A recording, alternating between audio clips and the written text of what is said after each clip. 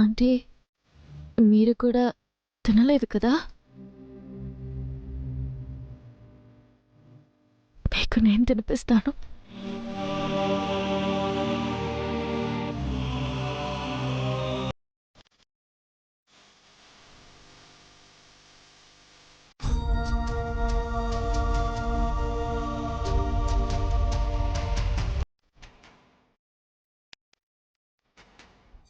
మీరు కూడా తినలేదు కదా?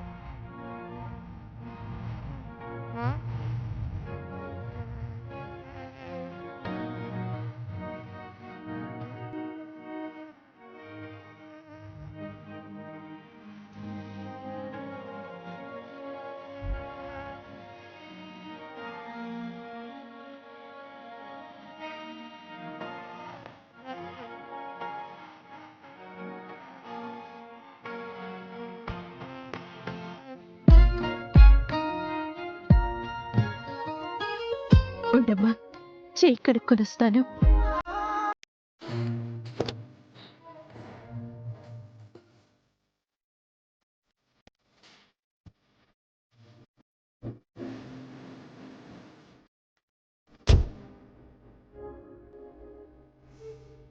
మీ జవాబు కోసం ఇప్పటికీ నేను ఎదురు చూస్తూనే ఉన్నాను భూమి. చూడు, నా మనసులో నీ మీద ఏముందో నేను చెప్పేశాను. భూమి, నేను నిన్ను ప్రేమిస్తున్నాను. I love you. నీ మనసులో ఏముందో ఇప్పటికైనా తెలుసుకోవచ్చా?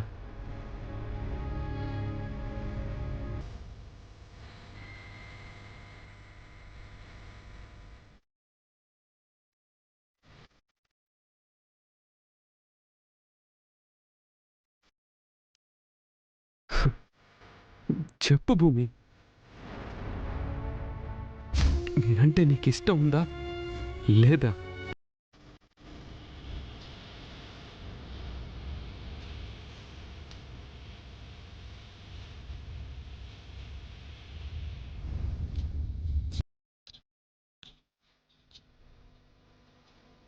రెండు అక్షరాల ఇష్టమను, 4 అక్షరాల ఇష్టం లేదను, 4 అక్షరాల ఇష్టం లేదను. ఏదో ఒకటి చెప్పు భూమి, ఏదో ఒకటి చెప్పు భూమి.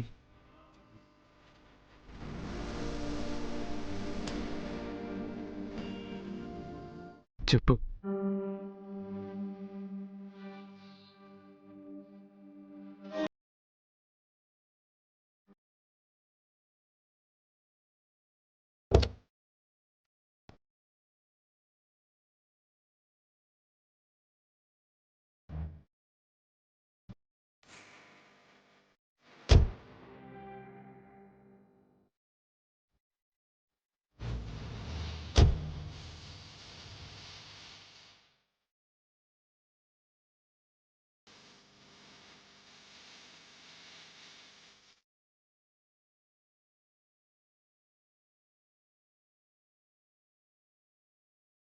నువ్వు రాలేనంటున్నావు కదమ్మా. అప్పుడప్పుడు మేమే వచ్చి నిన్నిలా తృప్తిగా చూసుకుని వెళ్తామమ్మా. సరే ఆంటీ, మీరు నన్ను అపార్థం చేసుకోకుండా ఉంటే చాలు. అదే నా రిక్వెస్ట్. మన మధ్య అపార్థాలకు తావు లేదమ్మా. గగన్, బయలుదేరదామా?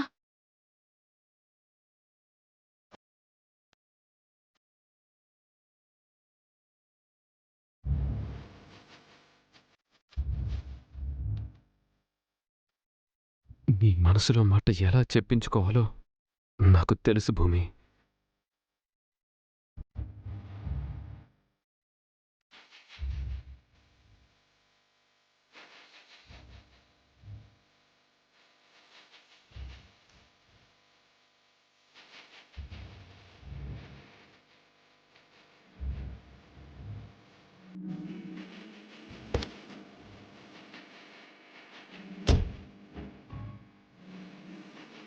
సురువేసి ఎండరాగా వెలిగినేరమా.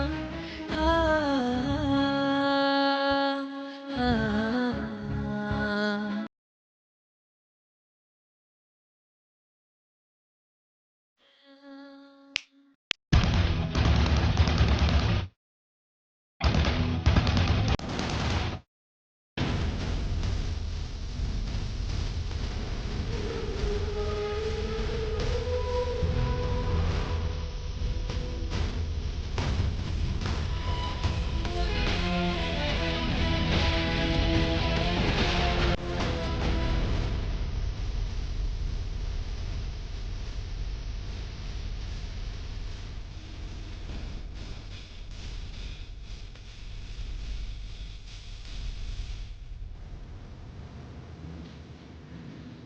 ఆకలి అన్నింటినీ జయిస్తుంది అంటే ఏమో అనుకున్నాను.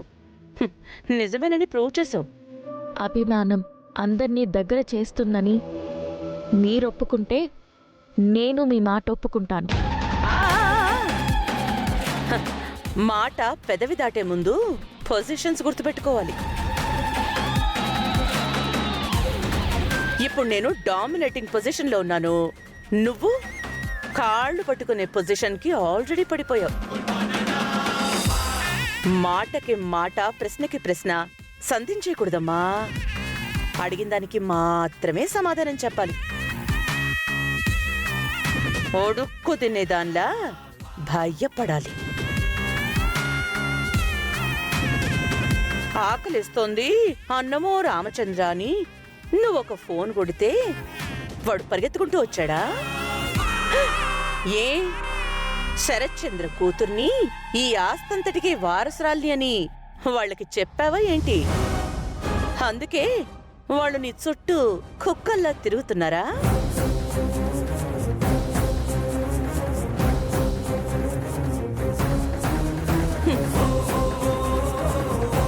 ఏం మాట్లాడవే? మాట్లాడే ముందు ఆలోచించమంటున్నారు.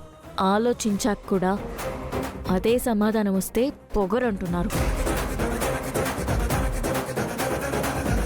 ఇంకేం మాట్లాడాలి? నీకోసం వచ్చిన ఆ కుక్కల గురించి మాట్లాడు. వాళ్ళు కుక్కలు కాదు, మనుషులు. మనసున్న మనుషులు. ఆస్తి కోసం హత్యలు చేసే క్రూర రూపం కాదు.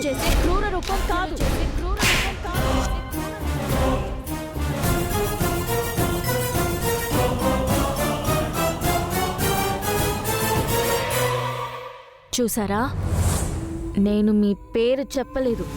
అయినా నా సమాధానంలో మిమ్మల్ని మీరు చూసుకున్నారు. ఇది నా పొగరు కాదు.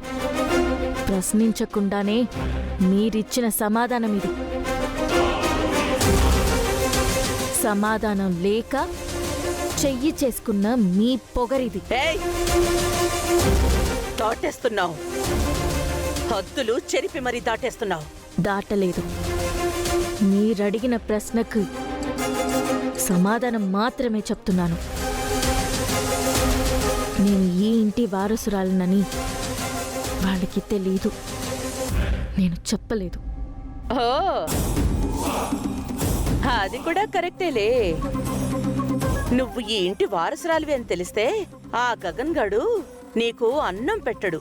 అందులో కాస్త అంత విషం కలిపి పెడతాడు. సరేలే, ఒప్పుకుంటున్నాను.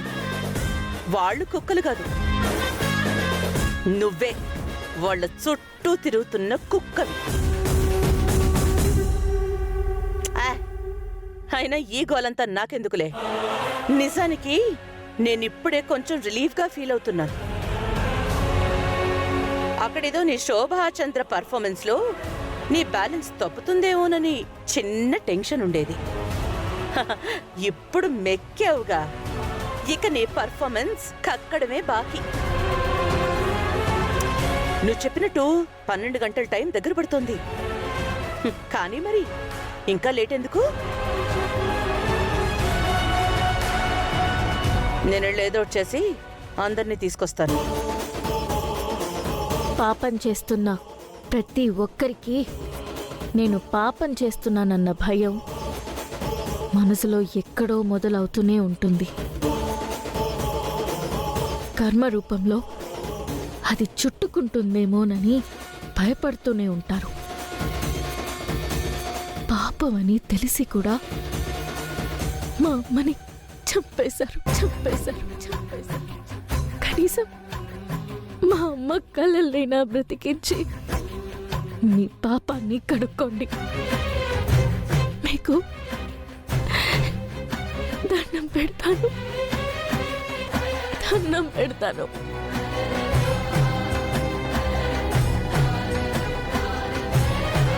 అంటే ఏంటే? ఇప్పుడు ఈ ఆస్తంతా నీకు ఇచ్చేసి తక్కతిమ్మితో స్టేజీలు కట్టించాలా?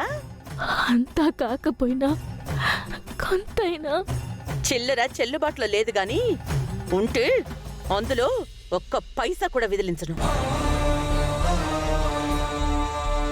నువ్వు చెప్పిన పాపాలు జబ్బుల రూపంలో చుట్టుకున్నా వాటికి ఔషధాలు డబ్బులు.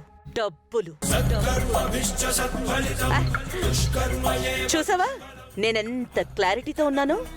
నువ్వే కన్ఫ్యూజన్ లో ఉన్నావు. సర్లే, టైం వేస్ట్ చేయకుండా త్వరగా కానివ్వు.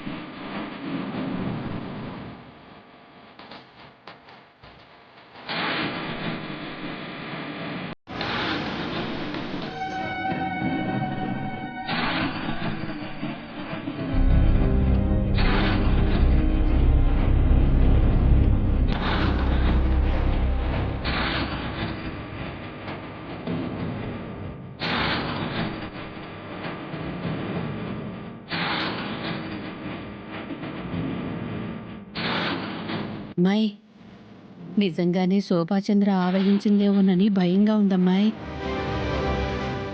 భయపడకు పిన్ని, ఇలాగే ఇంతకు ముందు కూడా మమ్మల్ని మాయ చేసింది. ఇప్పుడు నన్ను తప్ప అందరినీ మాయ చేస్తుంది. అందరూ ఎలా చూస్తున్నారు?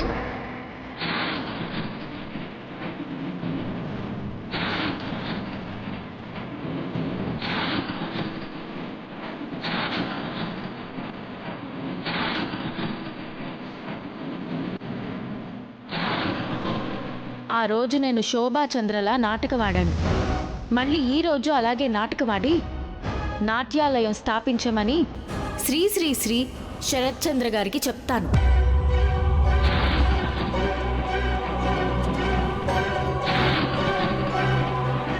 శోభ,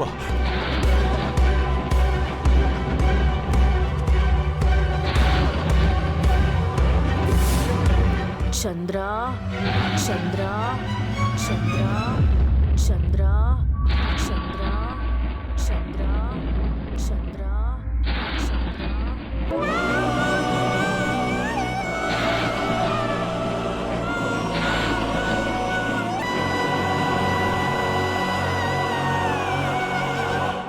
మళ్ళీ నువ్వు వస్తావని ఎప్పటినుంచో ఎదురు చూస్తున్నాను. మనకు పుట్టిన అమ్మాయి ఉందని చెప్పావు కదా, ఎక్కడుంది శోభ? ఎప్పుడొస్తుంది?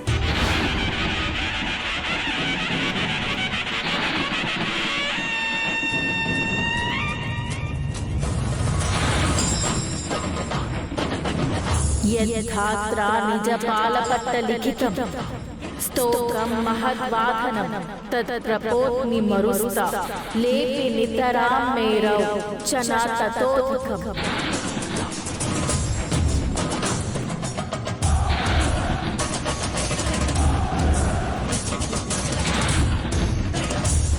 అమ్మాయి, ఇదేదో మంత్రాలు చదువుతోందమ్మాయి. చూస్తుంటే ఇది నిజంగా శోభాచంద్రేమో అనిపిస్తోంది. చూడు, నోరు మూసుకో. విధాత మనిషి పాలతలం మీద ఎంత రాశాడో అంత ధనం కొంచెమైనా అధికమైనా ఆ మనిషి ఎడారిలో ఉన్నా లభిస్తుంది.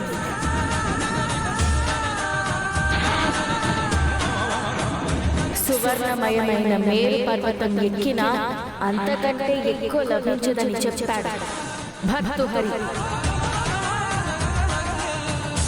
అలాగే ఆ విధాత రాత ప్రకారమే మన అమ్మాయి ఇక్కడికి వస్తుంది. అప్పటి వరకు నీకు ఎదురు చూడక తప్పదు చంద్ర. నేనిప్పుడు వచ్చింది నీకు 2 విషయాలు చెప్పడానికి.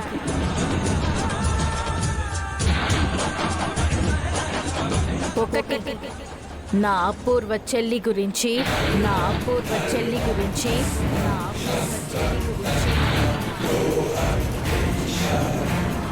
రెండోది, ప్రస్తావించడానికి ముందే చెల్లి గురించి చెప్పాలి. చంద్ర, నువ్వు నన్ను దేవత దేవత అనేవాడివే. నేను కాదు చంద్ర దేవతను. నిజమైన దేవత అంటే అపూర్వే, అపూర్వే, అపూర్వే.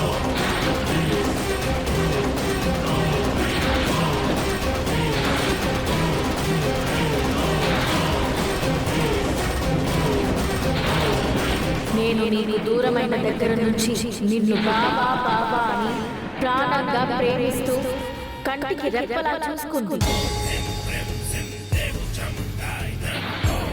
అలాంటి దేవతకి ఏమిచ్చి రుణం తీర్చుకోగలవు?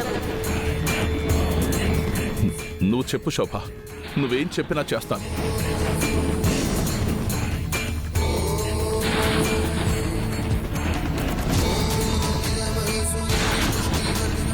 అదే చంద్ర నేను చెప్తుంది, ఏమిచ్చినా రుణం తీరదు.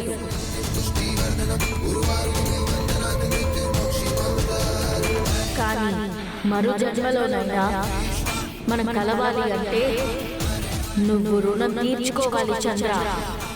ఎలా?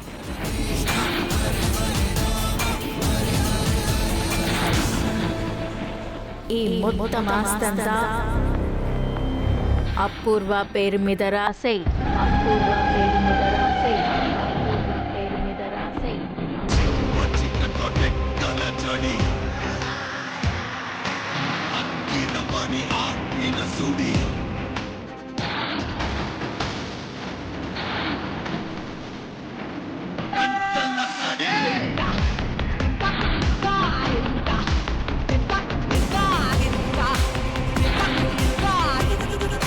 రాస్తావా చంద్ర? రాసేస్తాను శోభ, రాసేస్తాను. రాయకు రాయకు